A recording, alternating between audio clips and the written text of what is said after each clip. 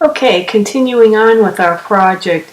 In the last videos I did a lot of explanation, but right now I want to do kind of a run through as to, okay, what do we do from here out?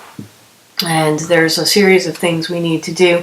We need to bring in the assets to the project into the project panel, this panel right here, okay? And so there's space for that. How do I import that? I have my sequence, which is basically the timeline, and it's handling a particular sequence. We usually name them. It has a video track and audio track, and this is where we're going to bring in those two parts. So I could either go under File and select Import, or I like to usually right-click. And so if I right-click and import, then I can navigate and find my sequence. Okay, so going into my project, this is why I keep things as a project. And I also, you really do need to have your sequence of PNGs all in one place, in a folder, all by themselves, not mixed in with anything else. Okay, so I'm going to go inside of that, and what I want to do is choose the very first PNG, and I need to do one thing. I don't want to select all of these PNGs. I only select the one that's numbered 1. And I want to do one other thing, and that is, you see this little check box? We need to check that. Image sequence. We do want this as a sequence. And what that means is it'll take the number 1 and then it'll connect it with everything else. You must choose one that says 1. You can't start with the other ones. It's got to be it's starting with 1, or if your PNGs start with an unnumbered and then it starts with 1, either one of those. So let's go ahead and click Import. And what that does then, we have video footage right here in our project panel, and so all of the assets here are listed. Now if it looks like this, the same thing. This is just how we see the different views. Okay, we have a list view and we have an icon view. I like list view for now, and if there's, after working with Premiere Pro, you find that you like it and you want to learn more, well, find some good video training. There's some on Tuts Plus. There's some paid subscriptions in Udemy. There's also lynda.com, but there's some various other free video resources. So I would explore that further. Now, one of the things that you're going to see is a problem right here. We have a frame rate is 29.97, and then our sequence is 23.976.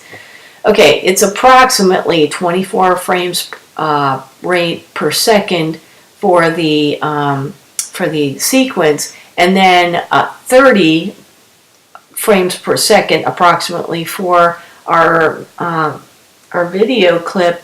That's not a match. We need to match those. And so one of the things that you'll do is to change that.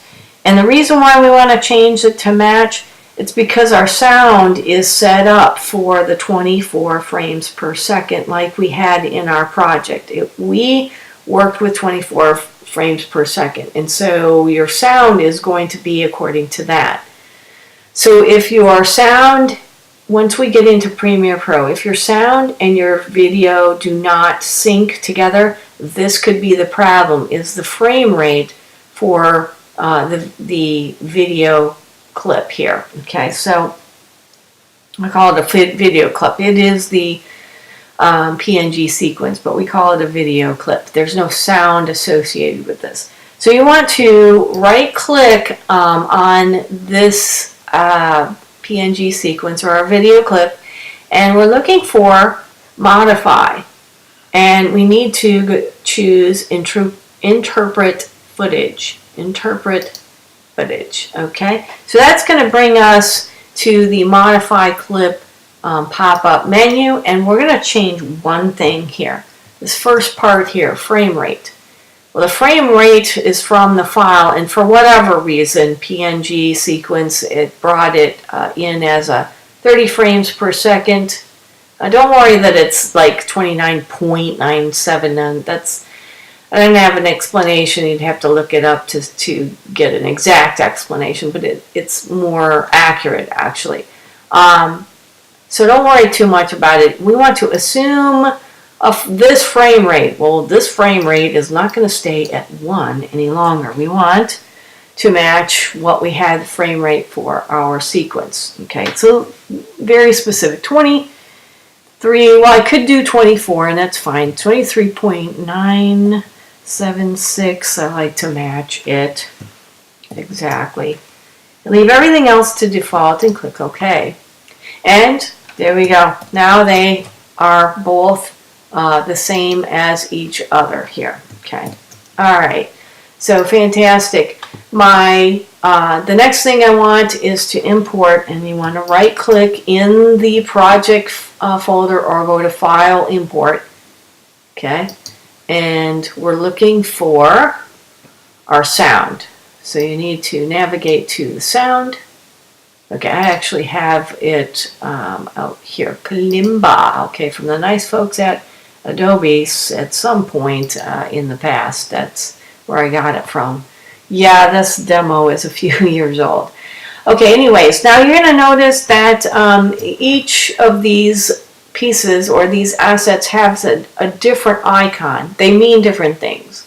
This stacked here looks like the time frame, the video and audio tracks with a playhead. This one here is actually our sounds, because you can see the sound wave. We need MP3 or wave, that's it. Those are our choices. And this one here is our video footage. Okay, so and it does not have any sound associated with it when it looks like this little icon. Okay, two simple things that we can do to get this project rolling, and we're going to be putting magically, well, not really magic, in the project folder or in the project panel. We're going to take the MP3 and put it in the audio track, and in the video, we're going to put it in the video track. So it's a matter of click and drag, and I'm going to drag the audio, okay, because I can't even put it in the video. It won't allow me to. I'm going to put that in the first slot and all the way sliding to the edge here where the timeline starts. So we can click and slide these around, okay, and that's okay. Don't get into this little yellow line, at least not yet. That controls the volume, actually. Then click on your video footage and drag it to the video area. Now, one thing you'll notice once you get this in here to your timeline or your sequence, you'll notice possibly that it's really, really short. Okay. Now, it means that we're just looking at all the frames very smashed together. And not to worry, in our timeline, if you look towards the bottom here, there's this bar with two ends to it. If you click and drag it to push it together, what that does is it unsmashes or just extends out how much of the frames we can see. It just kind of expands that. And now it doesn't make the video any longer, really, but it makes it so we can get in there to manipulate some things along the timeline a little bit better. Okay, it's kind of like taking the frames in Flash and we make it the frames medium or large. That's basically what it does. It's a slider here. Okay, so last thing that I want to do is cut off. Look at all, mine has this stream, and in fact, if I want to go out extending this to see where's the end of this, that bar at the end, I can click and drag it. Yeah, like it's long. Okay, it's like, how long is it? 5 minutes? Yeah, I don't need 5 minutes. All right, I want to clip it at the end of this. You're going to see, yeah, as I hover over these things, the icon for my tool is changing. Well, I have a tool in the tool bar here that I'm going to use the razor tool to cut this. All right, it doesn't really cut off the audio. It just clips it so that it ends what get that back. It's not a big deal. Now, so I'm going to take the playhead and push it out here. In fact, I'd like to see it played so that I make sure that the audio and my video is synced together. And I like to kind of click in the corner here to just so I can see this expanded here. Yeah, in between the panels, you can click and drag to expand or contract. All right, so if I play this, let's see if the beat and the video are synced together. It's this little play head, or play button. Yeah.